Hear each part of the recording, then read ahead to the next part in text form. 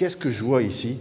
Une inscription faite à la craie, HF 1944. En 1944, dans l'histoire de la citadelle, ça ne peut être rattaché qu'à la présence de déportés.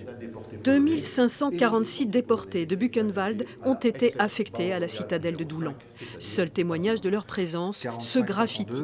Les lycéens découvrent le matricule d'un déporté polonais identifié il y a à peine quelques mois.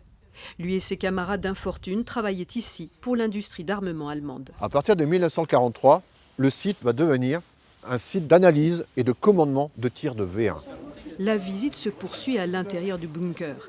Printemps 44, le poste de commandement est repéré par les Alliés. Les bombardements s'intensifient, les déportés multiplient les tentatives d'évasion. 11 seront fusillés. Alors, tu les vois où les impacts? Voilà, parfait. Regardez, tout ça, ce sont des impacts de balles. Les murs parlent aux lycéens qui redécouvrent peu à peu leur citadelle. On habite à peu près tous à Doulan et on ne savait pas forcément ce qui se passait dans la citadelle auparavant. Donc je pense qu'il faut l'aborder comme une expérience à garder dans notre mémoire. Vraiment, les prochaines générations, il faut vraiment qu'elles se rendent compte que c'était mal et qu'il ne faut vraiment pas recommencer. Pour finir, les lycéens se rendent sur un tronçon de voie ferrée désaffecté, conscients désormais que la citadelle de Doulan fait partie de l'histoire de la déportation.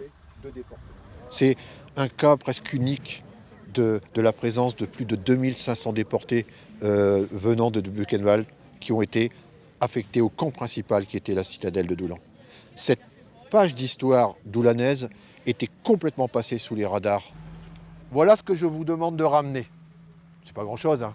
Chargés d'un caillou de ballast, les élèves sont prêts à poursuivre leur voyage vers Buchenwald. Un séjour que les enseignants espèrent voir se renouveler chaque année.